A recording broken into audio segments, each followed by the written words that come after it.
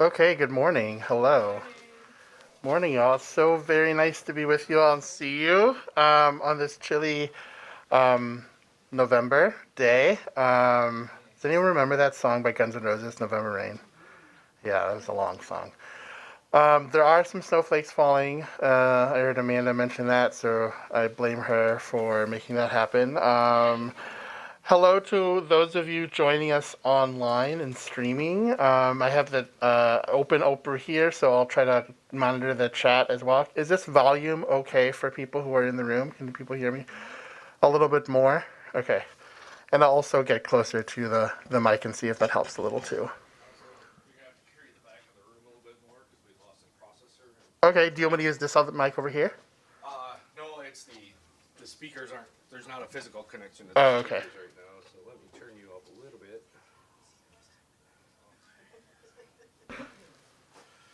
Okay, is that a little better for folks in the back? Good, thank you. Please let me know if that changes. So before we begin, and also in recognition of it being Native November, I'd like to offer ourselves an opportunity to have a moment of reflection to reflect and consider the land that UW-Madison occupies, which is Ho-Chunk land.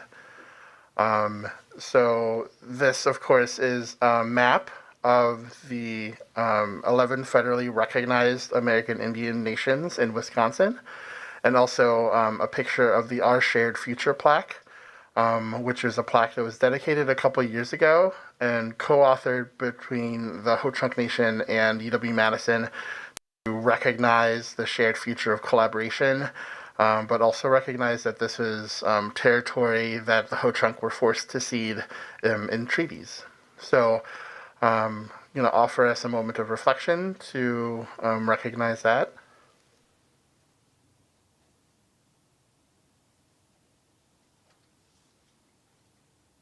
And that as we go into the holiday break season, there's lots of people who travel to the places they may consider home.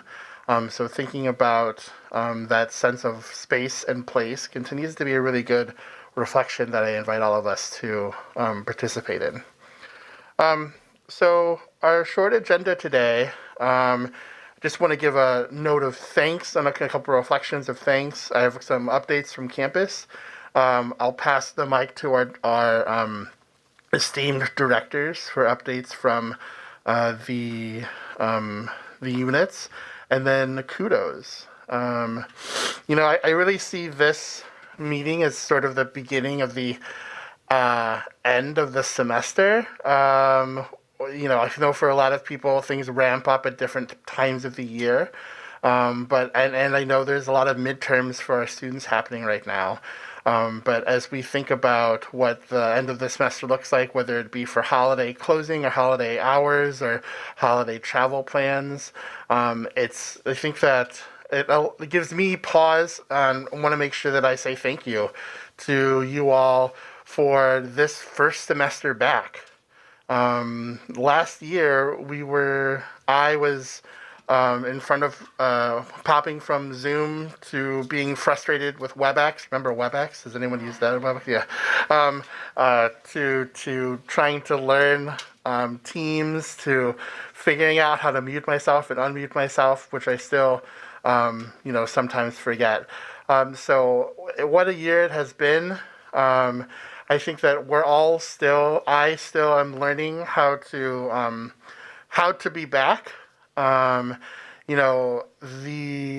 the pandemic, as many of you know, I adopted a dog, and during the pandemic, I got a lot of dog time, and so now as I'm coming back, there's less dog time, right? And that's just me as a pet owner. I'm sure that those of you out there who are helping to deal with different family members or children or pets or other loved ones at home or other life circumstances continue in this journey of like how to be back.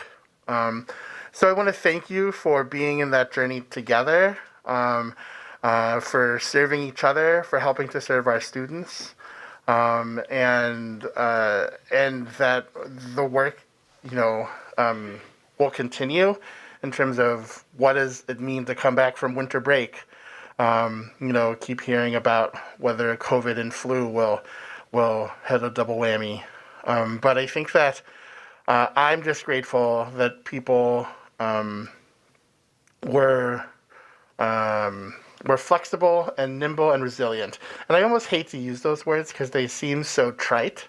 About the struggle that I think that I know that I have been going through, and that many of you and your colleagues have tried to work through in order to make this semester work. And I think what's important to note is that you all have really made this semester work. All of you, and every single one of your units has seen an increase in participation and number and excitement and traffic and clients and students. Every single person has been affected by the increase in the largest freshman class that we've ever had. And students feel it too. And I think student affairs and us and y'all and identity inclusion have really been at the front line of that. And for that, I really am truly grateful. There's not enough tote bags or donuts that I can give you that would feel like an appropriate thank you for that. I do want to say that I see you all out there, and I want to continue to support you. So I want to offer that note of thanks. And for some of you, you started during the pandemic. So this is like your freshman year as well. A continued welcome and thank you and appreciation for that. So I just wanted to start there in the note. Argyle has a nice reflection in the newsletter. We were teasing him because he really likes the changing of the leaves, which is not a thing that I would think Argyle would pay attention to. But I think the transition of the seasons, I think, does mean a lot of things to different people. So thank you for that. Some updates I want to offer. The campus climate survey is no longer in the field. It closed last Monday. It had a great response rate. We hope to have some results to share with people in the spring, this coming spring semester. It's been a while since we've done a campus climate survey, I think 3 years. Every school and college will get some school and college specific results, but we'll also, as student affairs, get like a wider angle view of what our students are telling us. Does anyone, Counselor, recall, or Rihanna, do you know what the response rate was? 26%, which was way better than the 20% that we got the last time around. Yeah, so 2016. So that's great, and we hope to learn a lot from our students. I suspect that we'll learn a lot, but a lot will also be confirmed with what we know about our students' experiences. Diversity Forum recap. The beginning of November, we had the Diversity Forum. There were several folks in identity and inclusion that presented, including Rianda, Warren, Caitlin. So congratulations. And all of those, sorry if did I miss anyone? So for those of you who did not get to participate in the Diversity Forum, all of those sessions continue to be online, so I encourage you to check those out as well. The first day speaker, Dr. Zhang, Tev, you were on the panel as well. Dr. Zhang was a really powerful speaker talking about AAPI, hate and bias, and then a panel about the APITA experience at UW-Madison. There are, as you may have seen and known, a bunch of leadership transition changes happening. So the UW system president, that search is underway.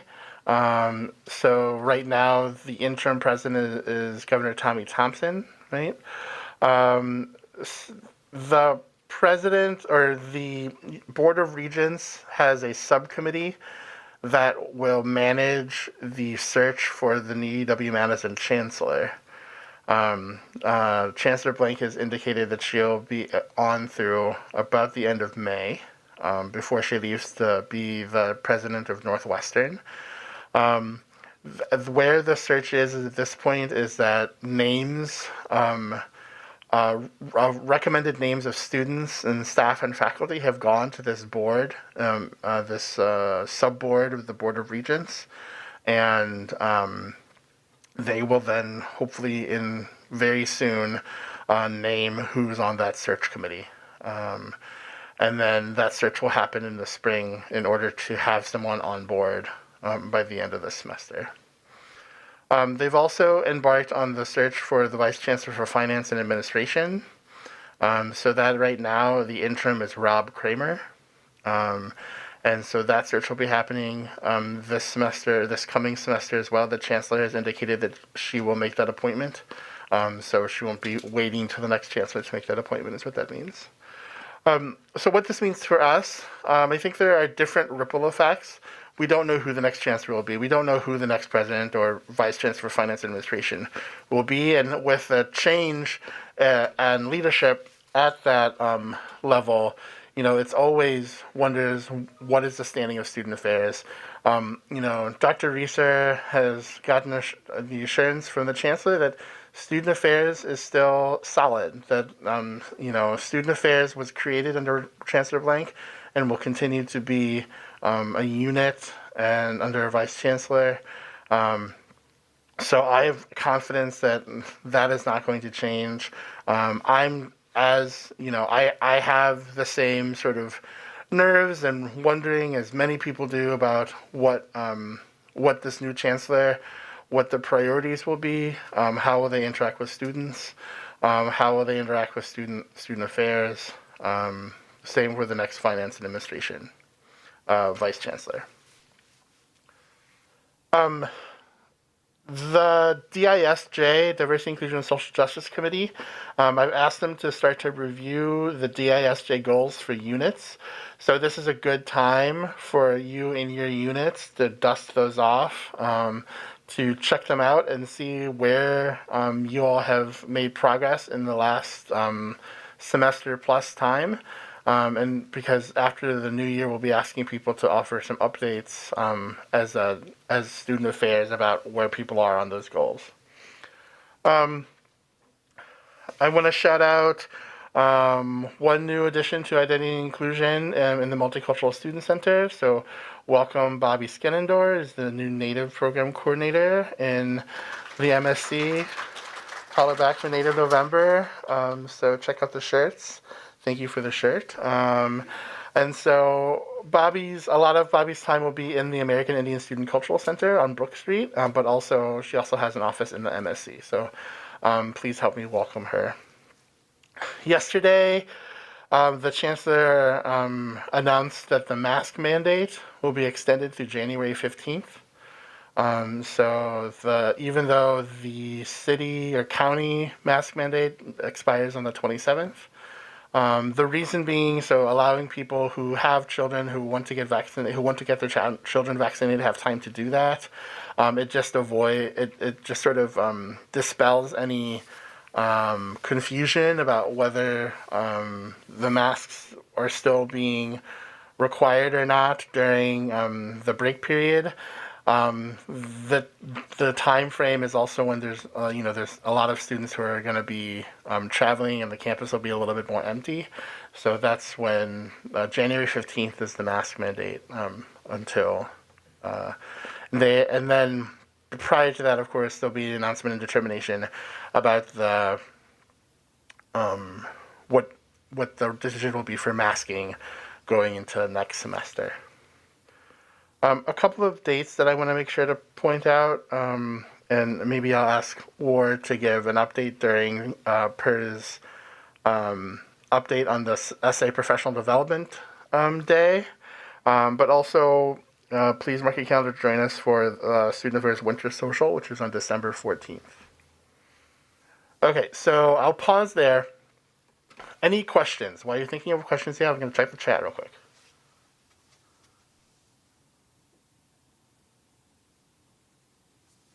Lots of welcome bobbies.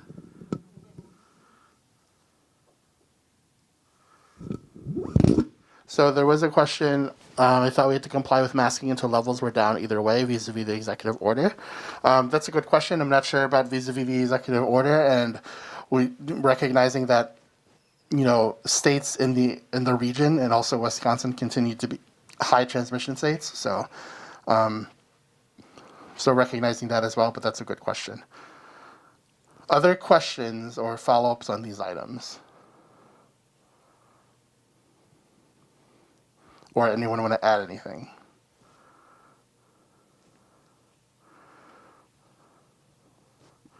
Okay, I'm going to go into unit updates. So first up,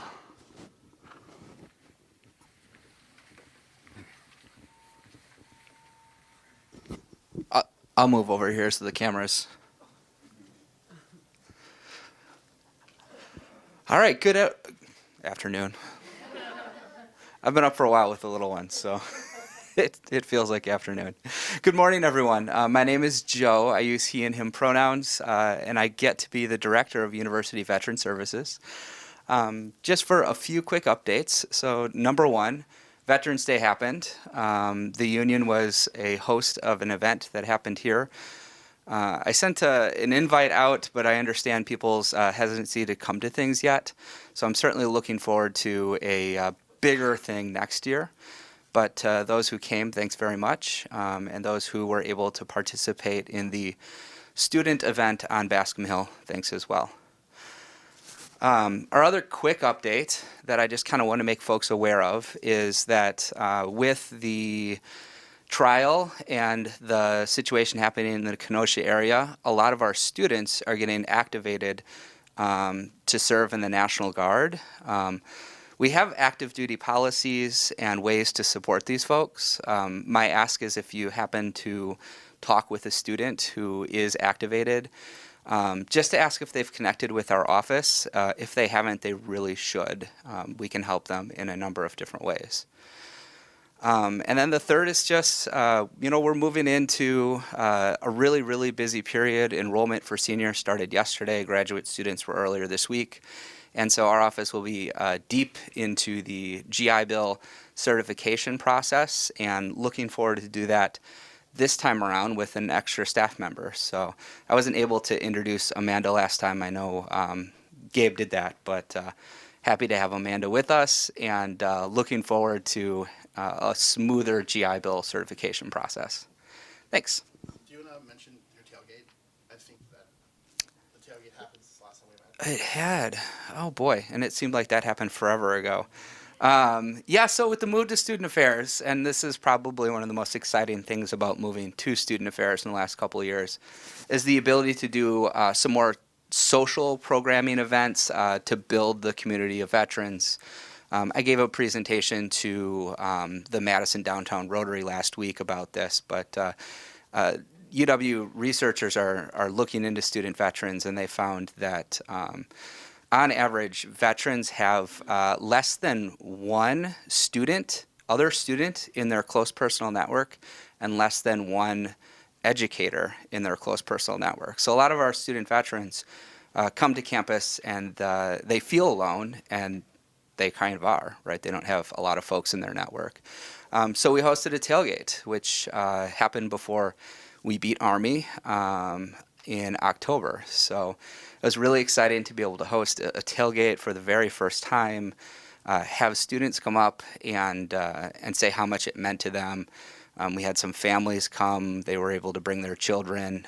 Athletics will say, the students can get student seats just like the other students. But when I talked to a couple who, they're in their late 20s and they brought their 4-year-old to the football game, of course they're not going to sit in the student section. So it was great to be able to offer tickets and to host an event like that.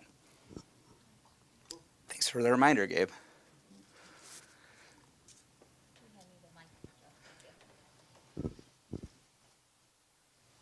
Thanks. Thank you. Good morning, everyone. My name is Caitlin Lamonti. I use the pronouns she and her. It has certainly been a busy semester for OIE, so we have a new office and we have some furniture in there now, so please stop by. We're on the first floor of the Red Gym in the back left corner near the restrooms. Our social justice education team has facilitated 60 plus workshops this semester. Our Wisconsin, so we have closed the Part 2 survey, which is a follow-up survey from the initial program. We are now working on data reports for Part 1 and Part 2, and we'll be releasing those to you all to look through and think about what that means in terms of our programming and outreach to students. Holds are placed for some students, so if you have anyone struggling with that because they have an Our Wisconsin hold, please feel free to direct them to myself or my staff, and we're able to help them. Gearing up for our Wisconsin in the spring semester for our transfer students, so getting ready to relaunch the course in January. Our Social Justice Hub has done some really great programming in the past month or so at the intersection of different identities. So there was a queer and Asian open mic night that was in collaboration with Wood Music, as well as a few different student orgs that had 100 plus folks attend. So yeah, staying busy and looking forward to the break.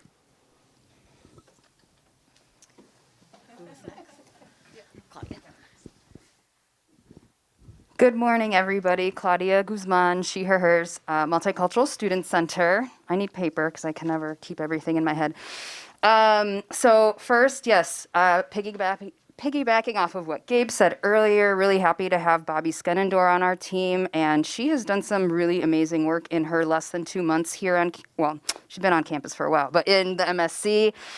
So shout out for facilities, problem solving, quick learning, replaced the lock systems on both of the houses, repaired the stairs that Mecha has been requesting repairs on for over 3 years, and just consistently getting behind the scenes to support Wunk Chic's Native November programming, which has lots of hoops to jump through and barriers. So shout out to Bobby, and the Native November events are at wisc.edu/Native November, and we're ending with the keynote on Sunday at the Set. It's comedian Tatanka Means. Our Heritage Month planning committees are active right now. So the Black History Month call for programs just went out yesterday. The deadline is Friday, January 14th. If you did not receive that and you would like to, please contact me or Lauren Adams in the BCC. We are searching for an organizational development specialist, and the pool is not great yet. So looking for your help on outreach for that. This is Tito Diaz's old position, supporting multicultural student organizations and administering the Multicultural Council grant, which is going really well this year. So I'm currently supervising the undergrad intern who is administering that grant, and we're seeing a lot of activity. Student orgs are doing a ton of major events, and it's really awesome to see everyone back in action. Last two things. Sorry, my mask is falling off. We will be hosting our annual, except for last year, Study Jam on December 16th, which is Study Day from 4 to 10 p.m. at the MSC in partnership with Academic Coaching and Tutoring Services. And finally, we are hosting a processing space today at 11:30 in the MSC classroom in partnership with UHS around the trials that are currently on the top of the news. And that's all I got.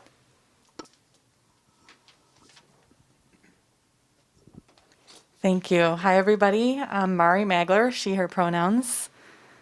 Good to be with everybody this morning.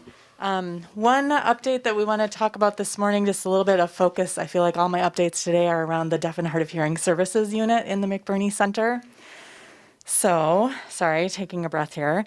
That unit coordinated and provided captioning and interpreting this semester for the Diversity Forum, including 20 sessions that were in person and or remote, while at the same time balancing the busy student class schedule that we always have.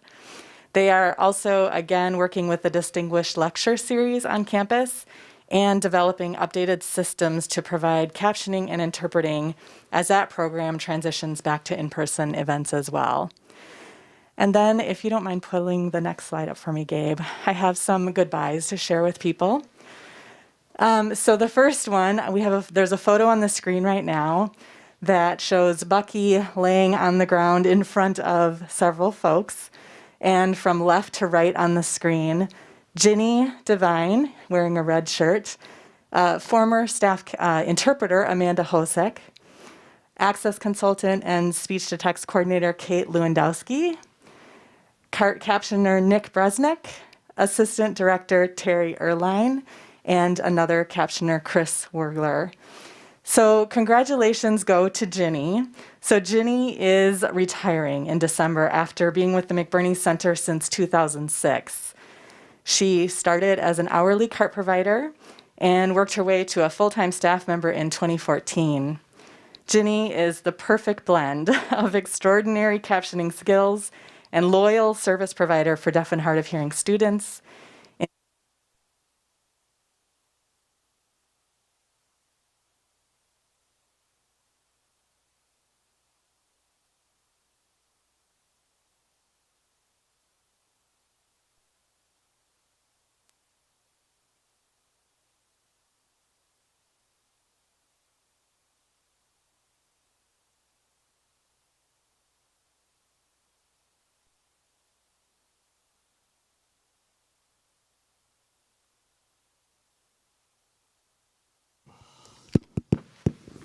That was really weird.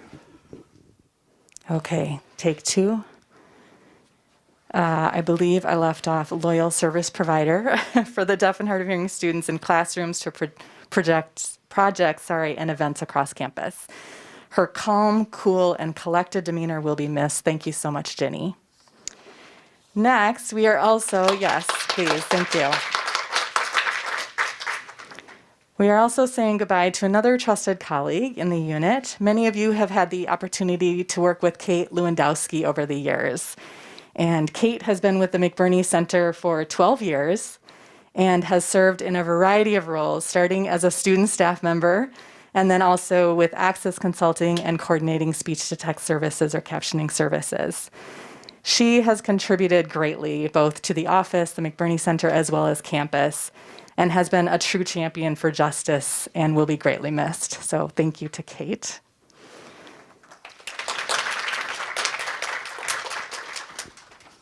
And finally, I don't want to do any more goodbyes, but one more.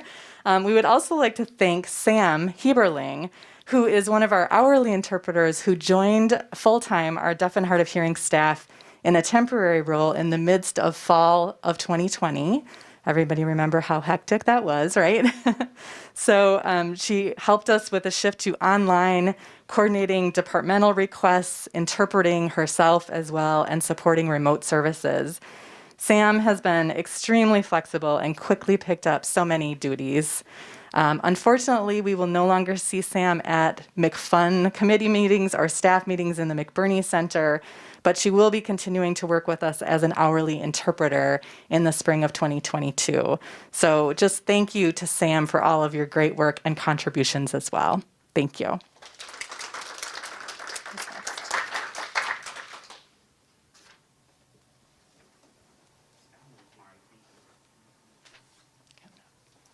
Thanks so much, friend.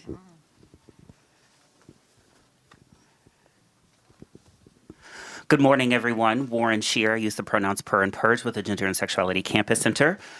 And I will start in my capacity as a co-chair of the Student Affairs Professional Development Committee to share with you a little bit more about the Professional Development Mini-Conference on Wednesday, January the 12th, that SAPDC is, or Student Affairs Professional Development Committee, SAPDC, is co-planning with the Student Personnel Association of Metro Madison.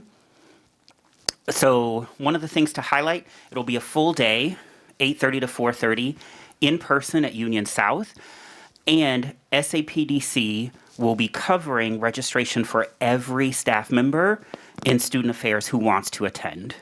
So it doesn't have to come out of your professional development fund, so on and so forth. Registration is $50. It'll be a full day, and the call for proposals are workshops, presentations, etc.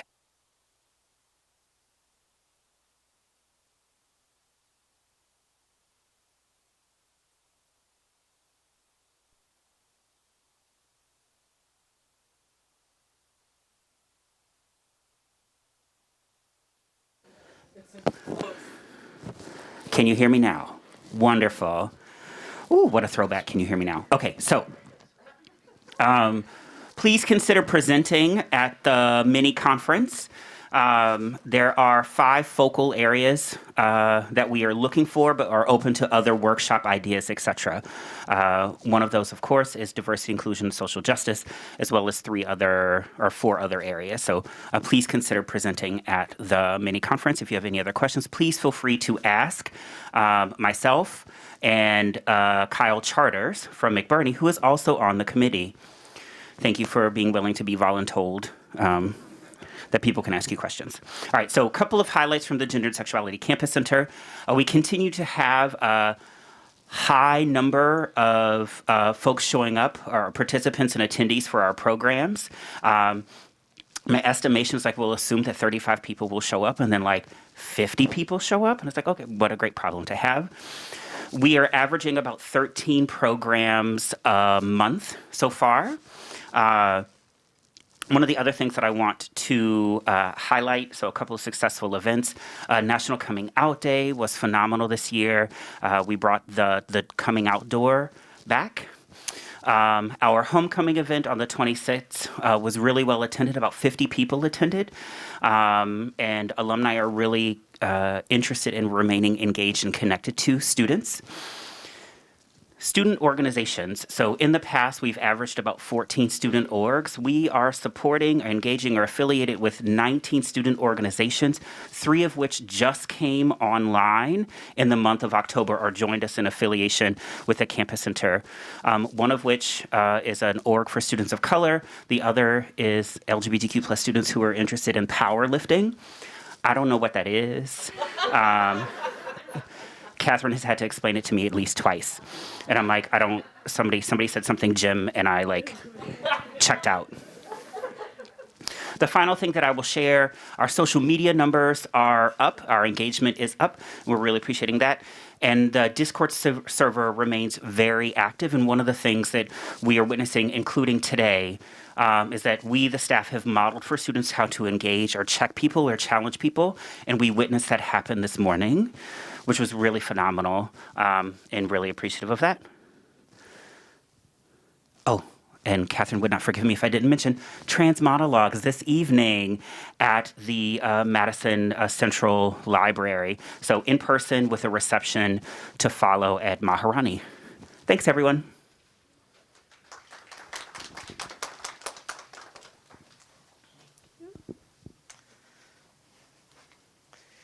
Good morning, everyone. I am Wanda Manning. My pronouns are she, her, hers.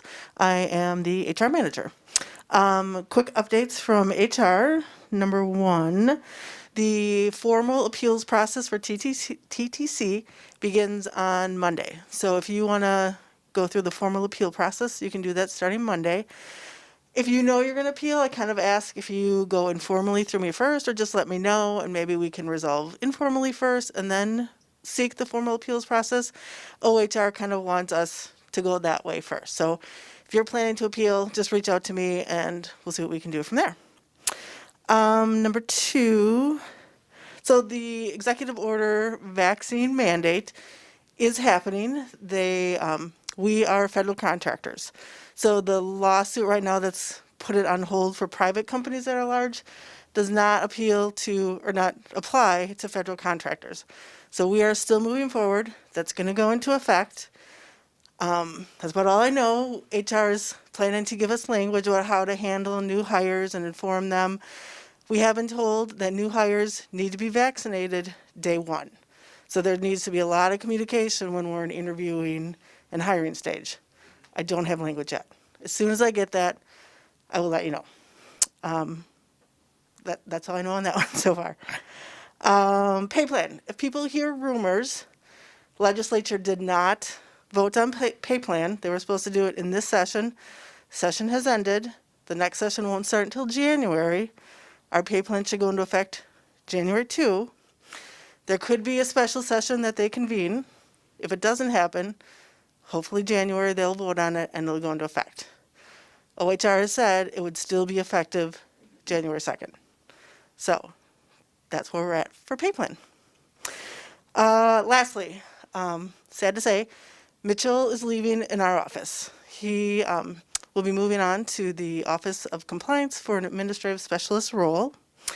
I think you all know we'll greatly miss his extraordinary attention to detail, his diligent work ethic, and then the very rapid and responsive service he all provides to you.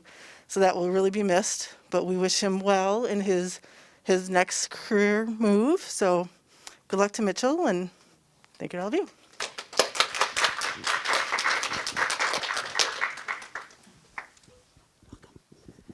All right. So Sue Dewar, budget and finance manager, and she, her pronouns. So my work now, I think last time we were here, I was telling you all to spend, spend, spend, and I still maintain that mantra. My work though now is trying to move into forecasting. So if you get some weird questions from me, I need to report to campus like how much of the money that we have we think we'll be spending. So, you may have a position open and I may call you and say, so if you had to guess, when do you think that person might start? And, what do we think we're offering if we haven't posted it yet? Those sorts of questions. So if you get those questions from me, please don't think I'm prying. It's actually things that I need to report up through campus. So, and also shortly after that is my attention is going to turn to next year's budget. So we'll be working with the directors and staff on next year's budgets as well. I think lastly, I'd just like to mention that we are still down a staff member. Julia is still not back in the office yet. So thanks so much for your patience for those of you who relied on Julia very heavily for the support she gave. Tammy and I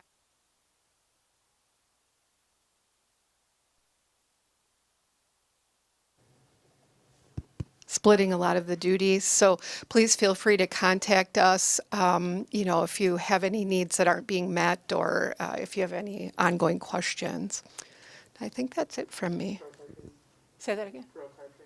Oh, pro card training. Thank you. You are all or some of you are going to get an email from me soon. So pro cards, the process is changing. I think it's December 11th. And so if you do not complete your pro card training by that time, your pro card will be turned off. You will not have access to it. So please, please, please, if you'd like to continue using your pro card and having it, please go through that training. And it does seem like, no, I haven't gone through the training myself. I've only heard an overview of how it's going to happen, but a lot of the responsibility now will be on the actual card holder to go in. It's not going to be a 2-week cycle. It's going to be as soon as the purchase is made, please go in and upload your documents and the business purpose for the purchase. So anything else you want? Anything else from the peanut gallery over there? No, I'm just kidding. All right. Thank you. I see that some people are stressed about the pro card training and the what will happen from there. I believe in you. I really do.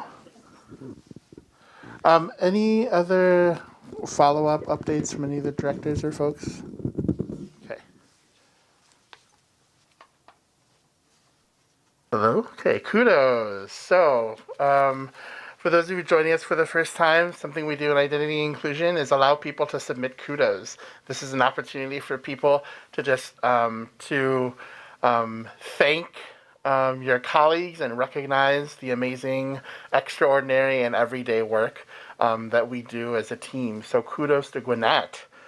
Thank you for working tirelessly for access for students with disabilities. You work day and night, move furniture, scan books, and meet with students, along with training staff and faculty and offer support to peers because accessibility matters to you. Your advocacy is so valuable and we're lucky to have you, so kudos. Kudos to Cody Sorley-Thies. You are so calm, cool, and collected. You just started this summer, but you're such a quick learner and you handle anything that comes your way like a seasoned pro. Woot. Woot. Kudos to Prisma for engaging the OIE interns and having them learn and take agency over the SJ workshops, giving them the tools to facilitate successfully. So kudos, Prisma, on that. Kudos to Ryan Keegan. Thank you for supporting each and every professional and student McBurney staff with your kind, caring, and giving nature. Kudos to Maggie. You bring a positive attitude to everything you do. When things get stressful, your positive vibes lift us all up. Kudos to Kyle Charters. You have willingly taken on every challenge thrown your way. Thanks for being a great team player and leader. Kudos to Caitlin Lamonte for finishing up 3 months as director of OIE and coming back every day. You have been an incredible support for our team. Kudos to Ryan Keegan for always doing such a great job, not only being an outward-facing first contact for McBurney Center, but also the amazing work he does in hiring, training, and supporting our amazing student staff at the front desk.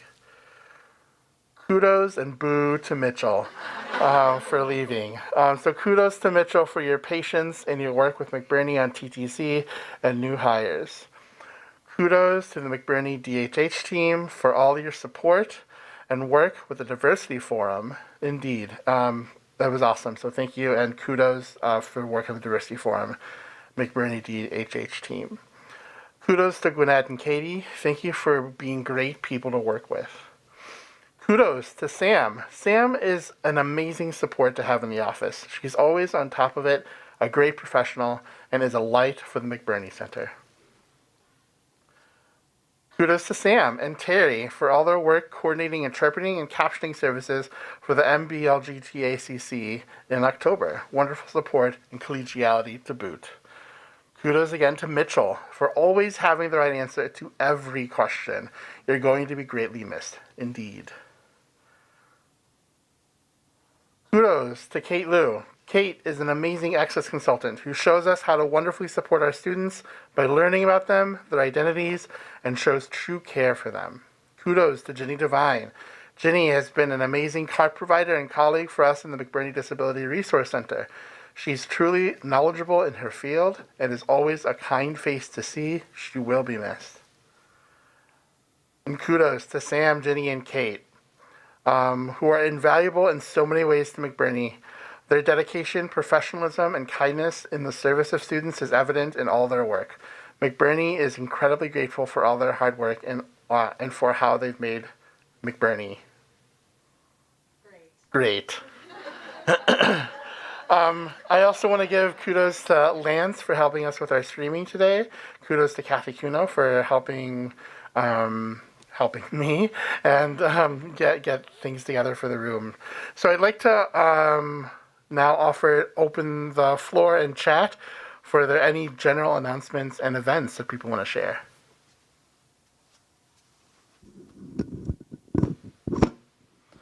There's more shout outs in the chat for Mitchell. Good luck, Mitchell.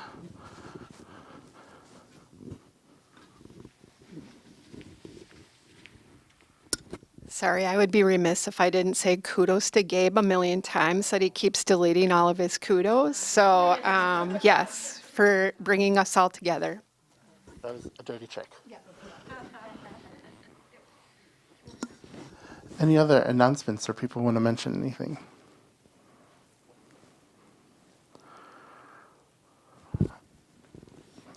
So this will be the final time that we meet this semester. The next time we'll meet is probably in January or February, so a lot will have transpired between now and then. I ask that you do the things that you can do to continue to take care of yourselves and your communities and our students as you've done all semester. I want to thank you again for all the work that you've been doing. Please, if there's things that I can do to support you specifically or generally at the center, at your centers or offices, you can always reach me through the directors, but please don't hesitate to reach out directly as well. So again, thank you so much for being here today. Stay warm out there. Finish the semester strong and continuing to do the amazing work that you do. And I'm sure that there's some donuts and bagels left, so please continue to do that. So thank you all very much.